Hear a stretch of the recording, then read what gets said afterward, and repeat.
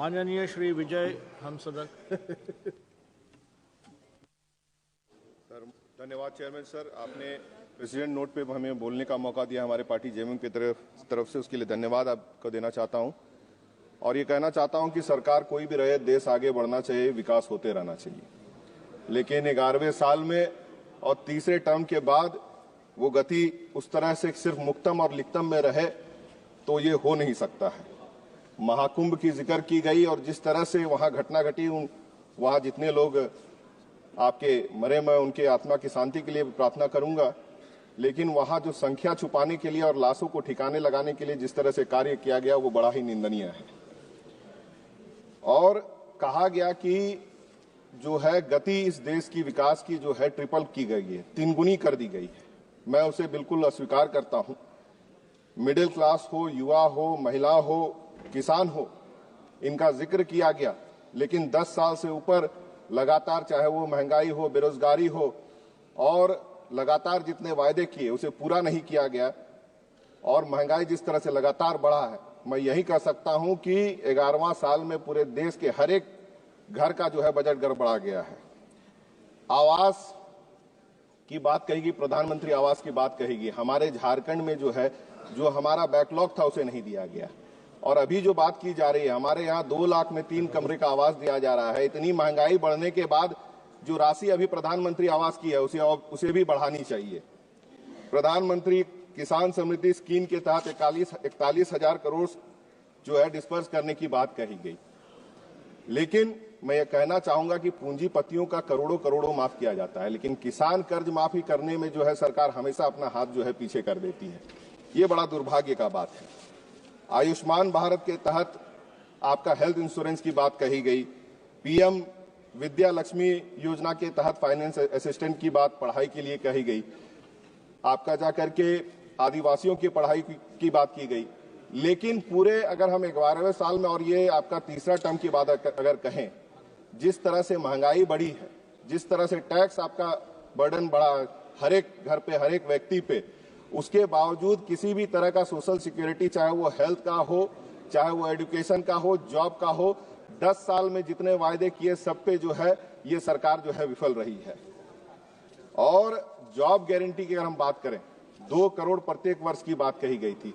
आज 11वां साल है, 22 करोड़ रोजगार की बात होनी चाहिए थी।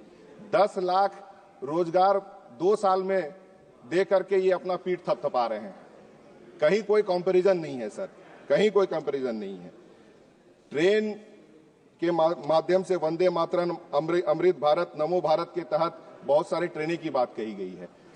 झारखंड जो आपका माइनिंग स्टेट है, या और भी बहुत सारे स्टेट है जहां से कि आपका जाके रॉयल्टी सबसे ज्यादा रेलवे को जाता है, और वहां पे आपका उसके बनिस्पत जो है आपका कम सुविधा दी जाती है। उसके अलावा जो आपका कोविड के समय जो ट्रेनें बंद हुई वो अभी तक आपका स्टार्ट नहीं हुई है।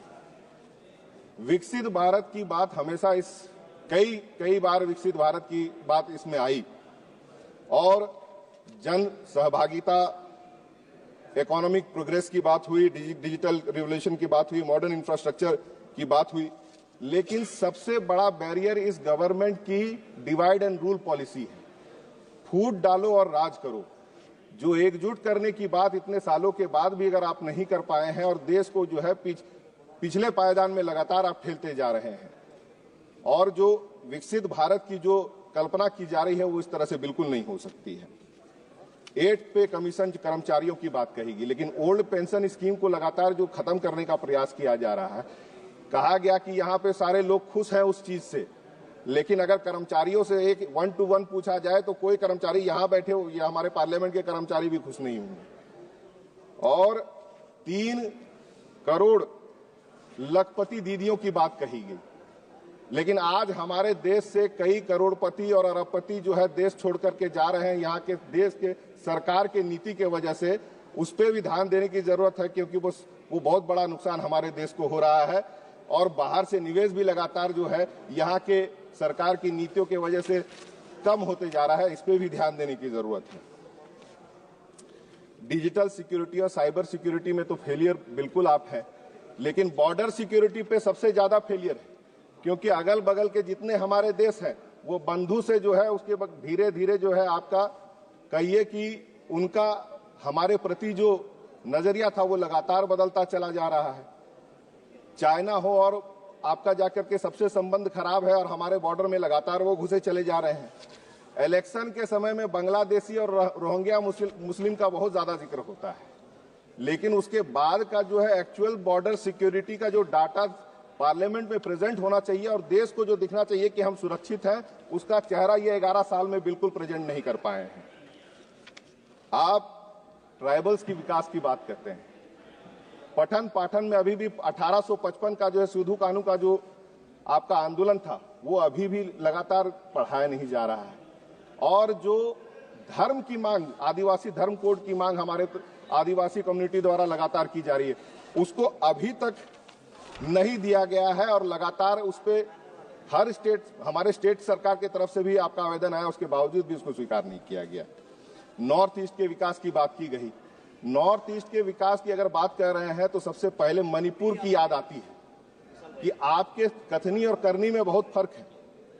जिस तरह से मणिपुर जला और आज आप उनके नॉर्थ ईस्ट की विकास की बात करते हैं, दोनों में जो है बहुत फर्क है। श्यामा प्रसाद मुखर्जी जी का एक बड़ा अच्छा लाइन यहाँ पे इस प्रेसिडेंशियल नोट में था कि true nationalism lies not only in physical unity but in strengthening its cultural unity. इन शब्दों से मुझे लगता है कि सरकार का कोई सरोकार और ताल्लुक बिल्कुल नहीं। जो मैंने कहा कि फूट डॉलर और राज करो, हमेशा से यही नीति इनकी रही है। और जो राज्यों का बकाया, राज्यों का जो राज्य अंश रहता है, उसे लेकर के आप अपने पास रखे हुए हैं और अपना चेहरा आप चमका रहे हैं। और जो ऐसे राज्य है जहां पे कि आपकी सरकार नहीं है, उस पर लगातार आर्थिक बोझ जो है बढ़ाते जा रहे हैं। और जो राज्य अंश उनको मिलना चाहिए उसे आप इनकार कर रहे हैं या दे नहीं रहे हैं।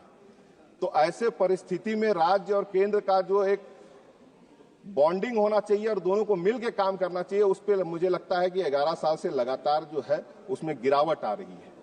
तो जितनी भी बातें, बहुत अच्छी अच्छी बातें कही गई, लेकिन 11वां साल और 3 टर्म के बाद अगर आज भी यही रवैया है कि आपका रोजगार, महंगाई और आपका जाके सोशल सिक्योरिटी पे किसी तरह का कोई रूपरेखा नहीं दिख रहा है, तो मुझे लगता है कि ये सरकार पूरी तरह से विफल रही है। मैं यही कर सकता हूं। इन्हीं बातों के साथ अपने बातों को विराम करूंगा। बहुत बहुत धन्यवाद।